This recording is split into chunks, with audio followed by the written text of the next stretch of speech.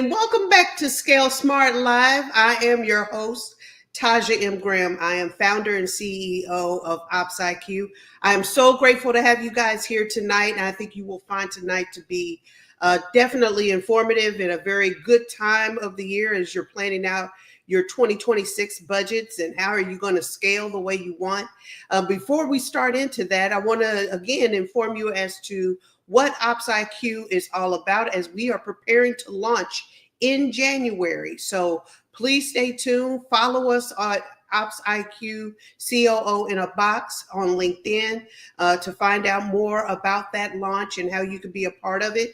But more importantly, the platform is built to help those founders that are looking to scale significantly in growth in the upcoming years. And it is going to provide a library of tools and resources to help you to ensure that you've got the foundation and the structure and the process for consistency and delivery to your clients and those that you service. It's also going to have what is a real-time dashboard so that you can see the health of your business over time continue to grow in the vein that you want it to be. More importantly, it will have a curated suite of C-suite of advisors that will be working alongside and giving you advisement on how to utilize the resources and the tools and best practices as that helps you to grow your business. And tonight, I'm delighted to have someone who is seen in that very vein, Omar Ritter, who is a part of Focus CFO. And I want him to be able to share his journey tonight with you as it relates to smart finances for growth, how to do that in a very good tactical step-by-step way. So welcome tonight, Omar. Hey, Taja, thank you for having me on. Really happy to be here.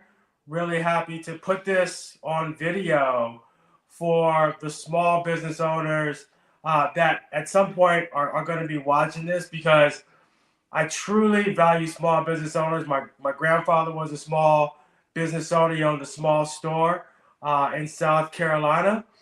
And a lot of small business owners don't know this, but 99.9% of the employment in America is done by small businesses, and 50% of the working population in the United States works for a small business. And I categorize that as businesses up to $40 million.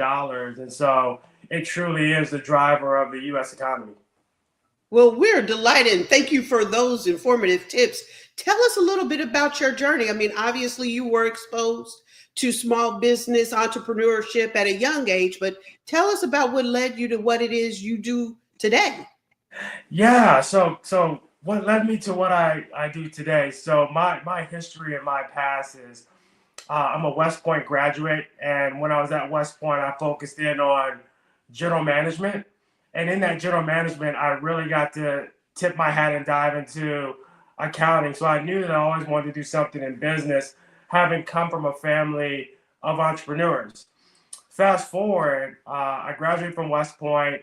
I go off and do some things as a lieutenant, go to Kosovo, go to Iraq, was able to earn a Bronze Star medal and a Valor device and a combat action badge from combat in Iraq, and work with some of the greatest Americans out there. I come back from Iraq, I go back to West Point, and I find out, unfortunately, I have a brain tumor. And so I had surgery for the brain tumor, and I had to medically retire from the military. I didn't know what I was going to do, but I did know that I wanted to maybe get back into business because it's something that I loved all my life.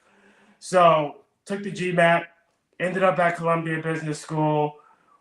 After Columbia Business School, went to Wall Street, where I started out doing investment banking, building M&A models, really understanding how to model and link the three financial statements, the income statement, the balance sheet, statement of cash flows, and models to help businesses do M&A transactions.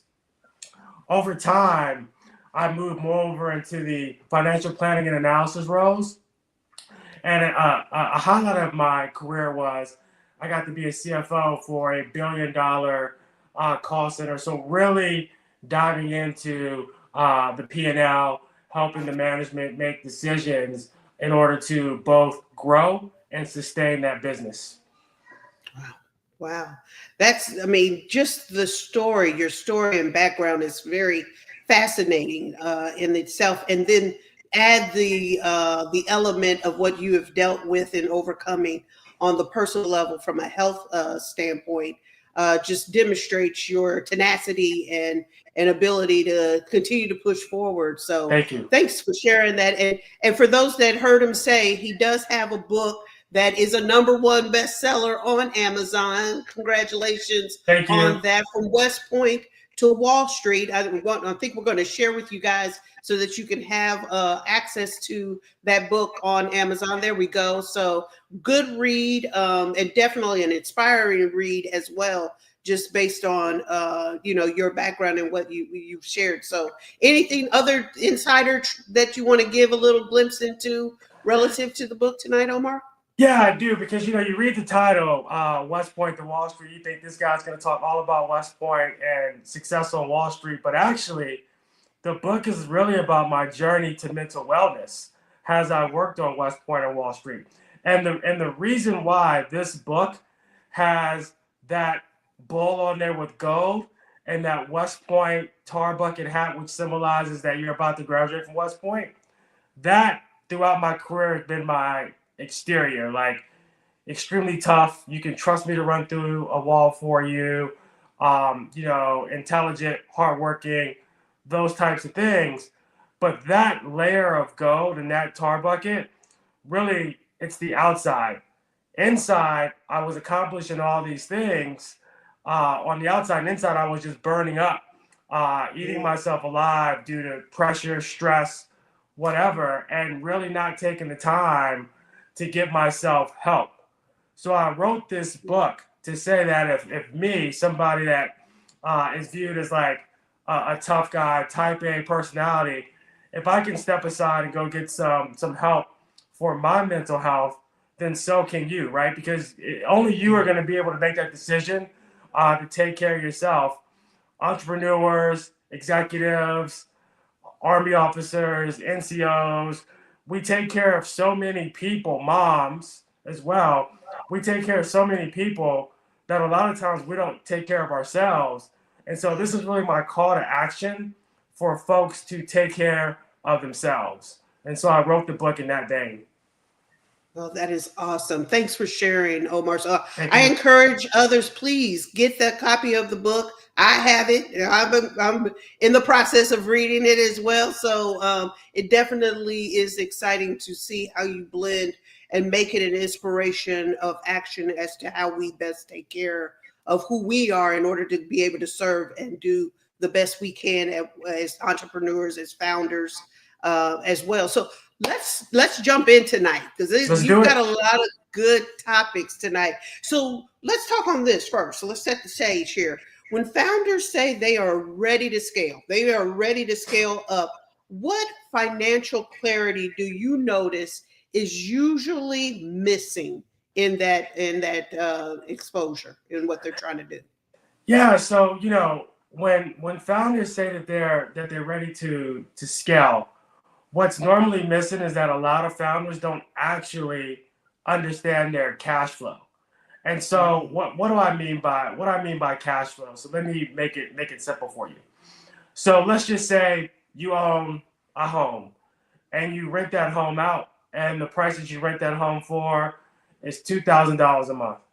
And for that $2,000, somebody gets to live in your home. However, to have that home, you still need to pay the bank $1,400 in mortgage. So now you got $600 in your pocket. Maybe you're doing lawn maintenance on that house and some other things to keep the property up. So let's say that's $200 a month, right?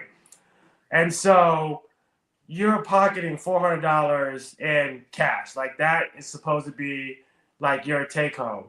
Now, that home is a product. Like it's your business, and you expect to get paid on the first every month. Now, what happens when you don't get paid your $2,100? Well, guess what? You still got to pay the bank their $1,400. You still got to pay the lawn person and the maintenance person, they're $200. And you're not making any money. Now you got to put money to pay for the home. So that's $1,600 you're down. And you may or may not ever get that $2,100. And you may not ever get that $2,100 for a couple of months. In fact, you may have to write that $2,100 off just so you can get your place cleared out for the next person. So you may go 2 or 3 months without your money. And so what happens when you don't pay your mortgage? The bank comes, they foreclose on your home. What happens when you don't pay your lawn guy? They say, I'm not coming back until you pay me for the last month, right? This is no different than a business.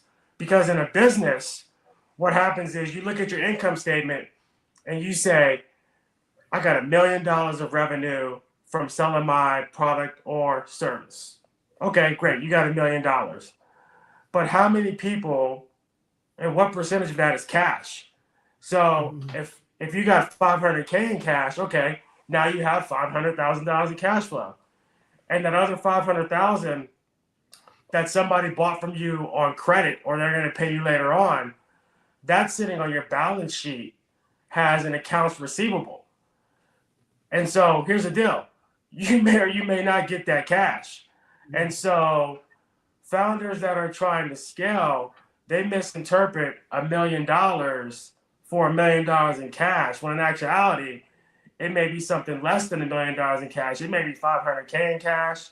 It may be $700K in cash, because lo and behold, there are going to be folks out there that are not going to pay you, and you're going to have to write off that item on the balance sheet, right?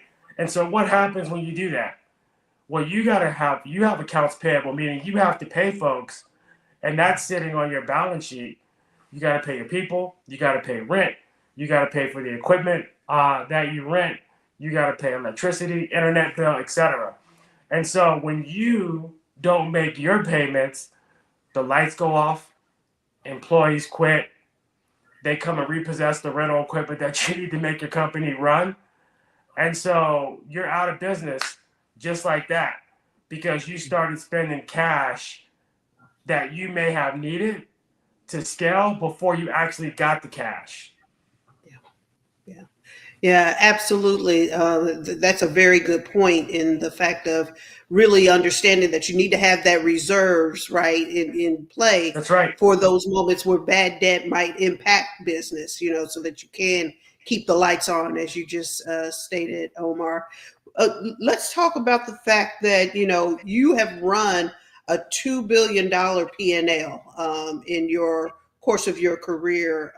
And what are the disciplines that it takes when you look at that from the fact of a 2 billion? How does that translate to a business that is doing right now probably 500,000 to $5 million in revenue? What are the disciplines that they need to translate in from that bigger scale to helping them to scale up to those levels?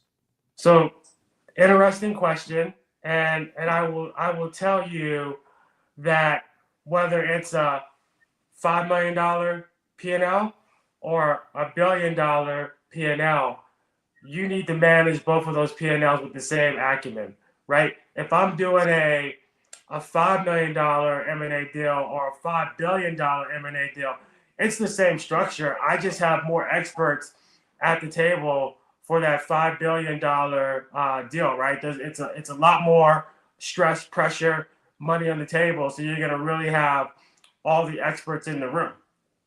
That's where a lot of companies that are $5 million shortfall.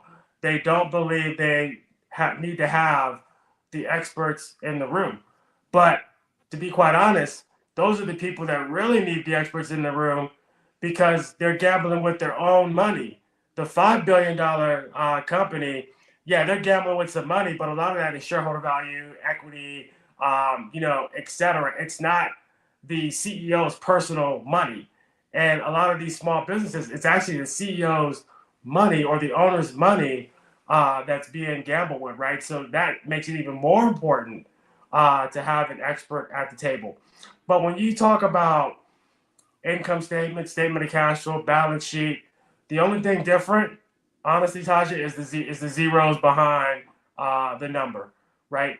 If you Yeah. have variances, you need to understand why you have variances. For example, whether your budget said you were supposed to have $100,000 in expenses and you had 200,000, or you were supposed to have $1 billion in expenses and you had 2 billion, you still need to have folks come to the table and tell you what the heck happened for either that $100,000 variance or that $1 billion variance. So to me, and I've dealt with, income statements as small as $5 million up to big bank income statements, which are hundreds of millions of dollars. It's the same financial gymnastics acumen that you need in order to keep your business in order. Yeah, and I appreciate knowing that, right? Like it has to be the same, no matter how many zeros fall behind there. For those that are tuned in tonight, if you have questions that you would like to address with Omar and get his thought leadership here, put them in the chat, and we'll be sure to address those throughout the night as we tackle each topic. So let's start with our first topic, because that really was a great segue. Cash flow clarity: how sustain and scale business for the long term. Give us some of those helpful tips, Omar, that you see when it comes to that clarity and stable long term growth. Yeah, and so as I stated earlier, like a lot of businesses don't understand that income or revenue is not actually cash flow, right? And what I mean by that is that revenue comes in, you need to pay both your variable expenses and your non-variable expenses. You need to pay your folks. You need to pay taxes, and then after you do all that, that's the money that you have to spend, right? And you're paying all that based on the cash that you take in. So once you don't get paid, your profitability is thrown out because at some point you're going to have to write off that bad debt. And so a professional CFO will know this coming into your building. And so the very first thing that we at Focus CFO do with our professional executive level CFOs with 20 plus years of experience is we're going to make that business a 13-week cash flow statement. Like, we want to show the owner this is actually how much cash is coming into your business and how much cash is going out of your business. And oh, by the way, we're not going to just report that news to you. What we're going to also tell you is here are the things that you can do, the levers that you can pull in order to make more of that cash come in versus cash going out, right? Because we don't want to get into a negative cash cycle. And so somebody would say to me, well, Omar, what are some of those things that I can do? And I would say back to them, well, just from a basic level, not knowing anything about your business, if your accounts payable, if you're paying folks in 30 days, but you're giving your customers 60 days of credit, well, you're basically playing a bank for 30 days. So either you have to turn up your payables to 60 to match when your cash comes in, or both need to turn down to 30. You can't be, I'm going to pay people faster than my money comes in, right? So you have to work on that, because if you don't do that, and this can even happen to $1 billion P&L, I've been there, you get a cash crunch. Next thing you're doing is you're giving folks a discount so that they pay you. I've actually been in a situation where we're giving folks that owe us money a 5% discount on what they owe us. So if they owe us $1, we're saying, hey, we're good with 95 cents. Just, we need our money now so we can pay our people. And so that's something that you really need to watch out for as a business owner. And it's something that a real professional executive level CFO can help you with. And oh, by the way, we'll pick up the phone and make the call to get that deal done for an owner. Wow. Wow. So that's a good point. I know Leela had asked the question, in your experience, what are some of the early signs that a business might be growing faster than its cash position can handle? That's a very good point of one of those. But what are some other of those signals, Omar, that you note when it comes to this? Yeah, I got a good example, and I'll this is a true example, and it's of a big company, but you can use this for any company. So let's take, for example, Peloton, right? So if you know Peloton, 2019, company was smoking, white hot, growth. 2020 comes around, gyms are closed, explosive growth for Peloton. Everybody is paying $2,000 for this bike. It's on back order by 6 months. You're writing your buddy saying, man, I can't wait till my Peloton shows up. So you're talking about explosive growth, right? And so we didn't know when when the pandemic was going to end, and neither did the Peloton company. So what they did is they assumed that they were going to continue to grow at this massive pace. So they took their cash and they bought a bunch of parts, equipment, etc. And all of that sat on their balance sheet has inventory. So what happens? The light of day comes, COVID's over, we're done wearing masks, gyms reopen. Now people are like, man, I'm not buying no $2,000 bike. I can just go to Planet Fitness. It costs me $20 a month to work out. So orders get canceled. Orders that they thought were coming in never come in. And they got this massive amount of inventory on their balance sheet that they put cash towards. Oh, by the way, who can use a Peloton pedal except a Peloton bike? So it's not like you can get a refund, for these things. And plus, it's coming from China, by the way. And so what they've been going through the last few years is really trying to restructure their business, make deals with hotels, make a cheaper bike to try to get some things back on their losses from that inventory right now. This is Peloton, so they have the ability to do that and to get loans from banks and to have other investors come to the table, sell more shares for cash, etc. The small business owner doesn't have an option. Well, they do have the option to like give somebody equity in their business, but then pretty soon it becomes not their business, right? And so a big trap is thinking that you can stock up on this inventory and that's going to make people show up, right? People are going to show up when they show up. So you have to be very careful on how fast you invest in inventory. If you're a real estate development company, how fast you invest in big, expensive equipment because you think that you might get that government contract. And then when it doesn't come, you got this big John Deere jumbo trailer tractor that you paid $1 million for that really has no use for you for residential construction. Yeah, that's a very good point. What would you say are some when that cash is tight, right? And you still need to make some very smart investments. What would be your way of strategy so that they don't jeopardize the stability in the long run? There's a couple of things you can do, right? And this is again where a professional CFO comes into play. If you have your financials in order and you've thought about a strategy of growth for your business and you have a place where you can explain that and it's on paper and it makes a lot of sense, you could go to a bank. You can get a loan to carry you, right? You can open up a credit balance with a bank where, when cash runs short, the bank automatically extends you credit because they trust your business and they verify your business, right? Because this is what banks do. They'll trust you, but they're also going to continue to verify, right? And that is why it becomes critically important to have a professional CFO to make sure that you have your ducks in a row so that when you go to a bank to get credit, to continue to grow your business, that your ducks are in a row so you can actually get that loan, as opposed to continuing to pull it out of your bank account, et cetera. Yeah. Good point.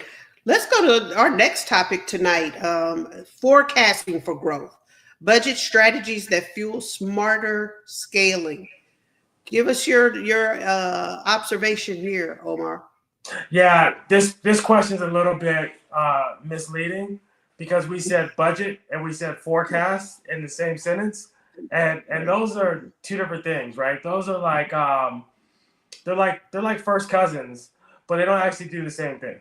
So, a budget, it's a point in time, right? So a budget says, hey, this year we're going to spend X, we're going to have this much revenue, and based upon that, we're going to have this much profit, during this period of time. And so then the actual results come in, and you weigh it against that budget for that period in time, and you talk about the variance, right? And this is what CPA firms are really good at that. Your bookkeeper can do this thing in QuickBooks, right? So it's not very hard to do, right? Like you make a budget, you try to stick as close as you can to your budget, and you figure out why you blew your budget. Now, what I will say is most CPAs and definitely all bookkeepers are going to tell you that you missed your budget. And they're going to say, hey, Mr. Owner or Mrs. Owner, you missed your budget. And then you're going to say, well, why did I miss my budget? And they're going to say, you missed your budget, right? Where a CFO comes into play, or a really good CPA comes into play, is they'll actually dig in to understand, why you had those variances. Like, did you think that you were going to spend, $1 million on training, and you actually spent $1.5 million on training? And if so, why? And that's where the CFO comes in. Like, why did we overspend by 500K? What was the issue? And so, from a budget perspective and a variance perspective, that's where you get like a really good CFO with a background in financial planning and analysis that's going to explain those variances to your budget. But I will say this, Taja, that is a rare wood looking view. Like, did I do what I said I was going to do in my rear view, right? Right. Now, what separates a CFO from a CPA and from a bookkeeper is a CFO is going to say, hey, based on your history, your 3 to 5 year history of your performance versus your budget, here's what you can expect to see in the next 3 to 5 years. And I'm going to go in, I'm going to build out this 3 to 5 year model for you. It's going to be a base model. Then I'm going to come to you, Taja, the CEO, and I'm going to say, hey, Taja, I built you this 3 to 5 year model, and it's not one big lump of revenue. It's revenue by each of your products that you're selling. It's the expenses by each of your products that you're selling.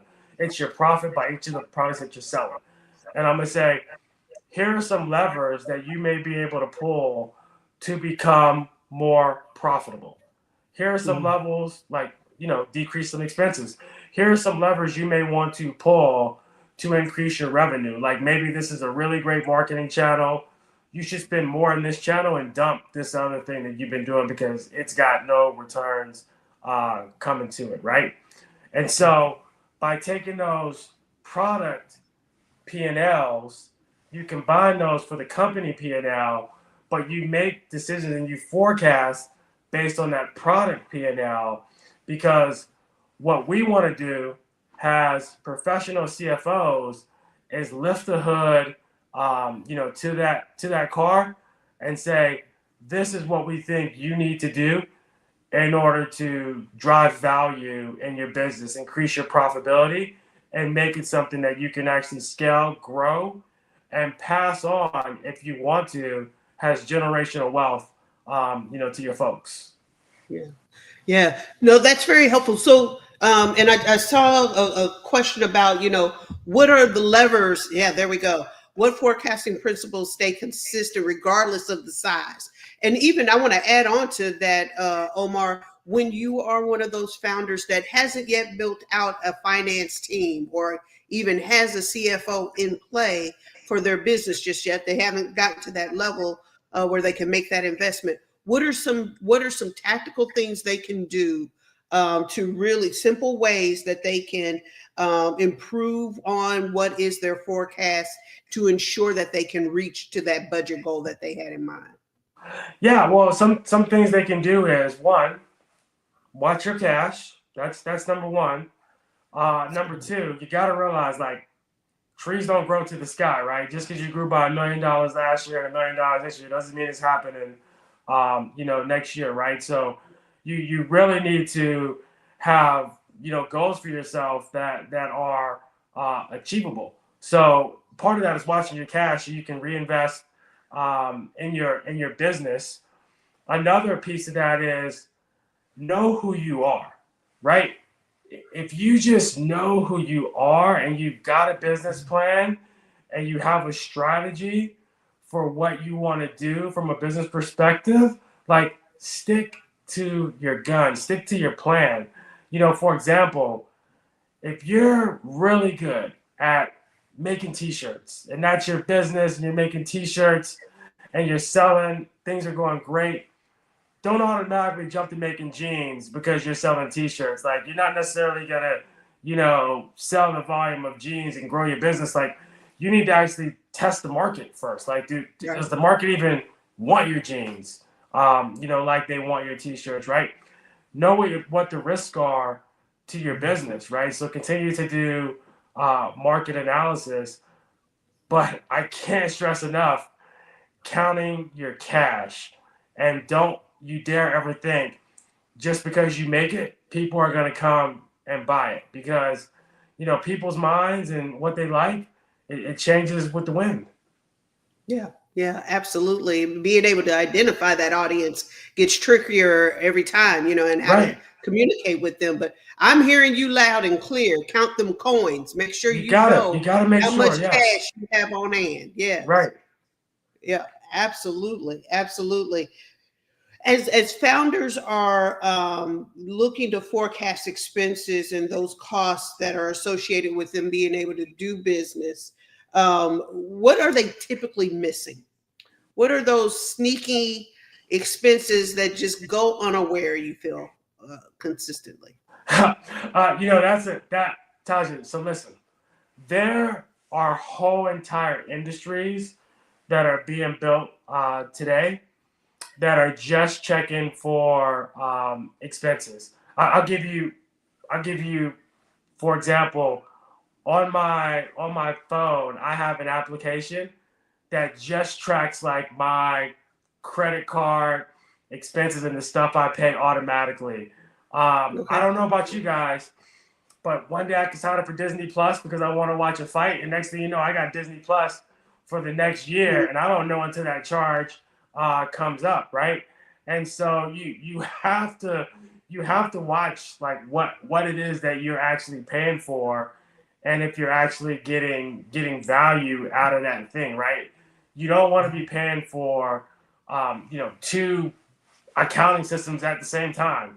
You don't want to be paying for two people to do the work that one person can do. So you need to constantly assess, what you're spending your dollars on, and to become more efficient. But Mhm. I want to be clear, because people hear this and they say, "Man, I'm going to cut expenses and I'm going to be able to be more profitable." Yeah, true, but for example, if you're running your business as the owner and you're also the salesperson, the CFO, and the COO, at some point you're going to need to hire a professional salesperson if that's not your bucket, and you're going to have to spend that money today in order to reap the reward in the future, right? Because that investment should have a return on it. It's no different from hiring a professional CFO, professional CPA. Like they should be able to get you the savings or the additional revenue or something to be able to pay for themselves, right? And I don't care what company you're working for. CFOs are always like, man, I got to be able to pay for myself and my shop by bringing this value to the organization. And so you can't be too cheap per se to like bring in the right people, but you also can't be so reckless with your cash that you keep employing the wrong people, the wrong systems, etc. That you don't need. And sometimes small business owners, I will tell you this, like you have family on that payroll that aren't really bringing that value that you need for that seat, and at some point you need to go to market and find the right person, and don't put that right person under your family member. Like let that right person run, because you want to keep them happy there to help your business grow. Yeah. Make the right investments and make sure you can have accountabilities to a return on that investment. I mean, Taja, like I'm telling you, like $1 billion business is not that different from a $2 million business, right? Mm-hmm. You know, and a $1 million family owned business, folks will bring in their family and friends to work for them. And a $2 billion business, folks will bring in their friends and sometimes extended family to work in the business. I've seen it. And you pay them an exponential amount of money and the value's not there. And me as a CFO, I got to go tell the truth. And sometimes the truth may be that Omar's sitting at his house, next month, right? But I'm going to give you the truth. And like me being able to give you the truth is why I've had a pretty successful career and run at it, and why I'm able to go out on my own and work with an organization like Focus CFO and own my own franchise, because I'm always going to do the ethical thing and tell folks the truth, whether they want to hear the truth or not. Yeah, you got to appreciate that integrity. Right. Because if you're lying to yourself about these numbers, it's not going to benefit you in the long run. Yeah, no, for sure. It's definitely not. Yeah, I appreciate that. Let's go to this last topic for tonight: the rise of the fractional. Because you've talked about it, fractional CFO, strategic finance for growing businesses. So define what is the fractional CFO role first for us, Omar, so that our audience gets a good understanding of what to expect there. Okay, so before I define that for you, let me ask you a question, Taja. Okay. So if your car breaks down, I'm assuming like you got a Mercedes or something, you got like a nice car, right? That Mercedes, breaks down, that check engine light comes on. Are you gonna call your plumber to come fix it? Absolutely not. Absolutely not. You're not gonna Right. So you're not gonna call your plumber to come fix your car, right? And so business owners that are scaling, and now you got a complicated business, you're at the $3-5 million mark, you're continuing to grow. You can't call the plumber, you can't call your neighbor to fix your Mercedes, right? You got to take that car back to the Mercedes dealership and back to the Mercedes mechanics to get that car fixed. So what Focus CFO is offering you, with our professional CFOs, we are the professional mechanic that you can call when your very fancy car breaks down, and we can help you get that car in order. But we won't only just fix it for you, we will remain on call to continue to talk to you about this vehicle and get it fixed, right? And so we won't charge you continuously. We're only going to charge you, when you need it. So the way that turns over to fractional CFO world is fractional CFOs are not full-time CFOs. So we're not going to be coming to your organization. Most CFOs are working like 60 to 80 hours a week. So we're not going to be there 60, 80 hours a week at your organization 5 days a week, right? What we're going to do is typically we're going to come in 1 day a week or 4 days a month. And for that 1 day a week or 4 days a month, what you, the business owner, is going to get is an executive level partner who's not only going to take control and take ownership of your finances and your financial future, it's also going to be a sounding board for you to talk with regarding strategy, regarding how the next 3 to 5 years are going to go. How do I end up getting value out of my business? So let me give you a stat, and this is going to be a shock. These are going to be two shocking stats. 85% of businesses, small businesses, are out of business after 15 years. Of the 15% that stay, 75% of those business owners cannot sell their business, which means that they have to work in that business until they retire. And when they retire, business is gone, right? There's no value out of that business. And that's a problem because most business owners have all their value, all their savings like tied up in that business. Like over my career, I did stocks, bonds, bought some houses. I did other things to invest my money, but business owners typically they're invested in their business. So what a sad day when you hit that day that you think you're going to get some value out of your business, and instead you don't get anything, and people are telling you, your private equity shops, other companies that you thought might have wanted to buy you are saying it's of no value to me. You can just go ahead and let it go because I'm just going to pick that market up for free when you're out the door, right? And so what a professional executive level fractional CFO can give you is a roadmap to create sustainable business value, whether you're going to continue to grow that business or whether you're going to sell that business or whether you're going to lead that business to employees, family, etc.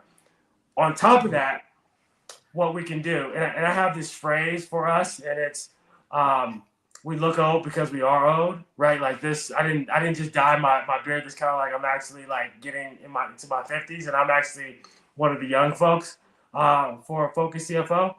Like our CFOs have been through it. Like they have seen it all, and so not only do they come again and work on your financials, they also mentor your staff. If you have if you're leaving the business to your daughter, leaving the business to a cousin, like our CFOs will come in and mentor that person in financials, and we're happy to, once everybody's comfortable or your business grows to where they need a full-time CFO, we're happy to move on to the next thing, right? We don't do long-term contracts to tie people in. If you're not satisfied with our services, fine, let us know. We'll try to fix that, but we don't hold our clients. We don't make them stick with us. We make ourselves sticky by doing great work.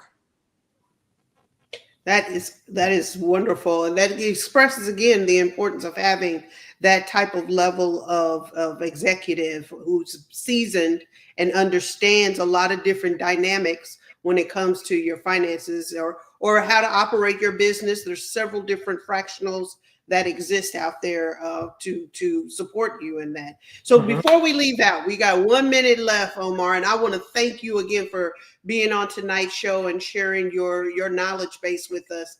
But if there was one thing you wish a founder, an owner would understand sooner than later, and I think I know where this is going to lead to, but I just want you to close it out with that one thing that you hope that they would understand and commit to sooner than later to helping them grow their business. Commit to understanding your cash. Cash is king. So commit to that. And if you feel like you can't understand your cash, commit to finding somebody professionally, and it doesn't have to be a fractional CFO, that can count your cash for you and track your cash. And when you get to that point where you can afford fractional CFO services, the best thing you can do is make that investment. Because again, 75% of the 15% that make it, they're not able to capitalize on their business, right? You wouldn't train for an Olympic race with a high school coach. You would train for an Olympic race with an Olympic coach. And that's what we're bringing as fractional CFOs with all this gray hair and decades of experience are an Olympic style CFO, coach consultant to your business. And we're doing it at a really discounted rate. And we're really happy to help small business owners because we're on the downside of our careers and we're doing other things that we enjoy, but we want to give businesses those 1 to 3 days a week to really capitalize on our expertise. It's wonderful. Wonderful. Again, thank you, Omar, for tonight. Obviously, we know cash is king, and getting that level of executive alongside of you to help scale your business as quickly as possible is the two things, the two takeaways I take tonight. I appreciate you, Omar. I look forward to having him be a part of the OpsIQ consultancy of advisors that'll help you. And we will see you guys in 2 weeks. Happy Thanksgiving to everyone. And we'll see you in 2 weeks for the next episode. Enjoy your families. And remember, this is the season where mental health really takes its toll. So definitely take care of each other. And most of all, take care of yourself. Thank you for that. Absolutely. Have a good night. Good night.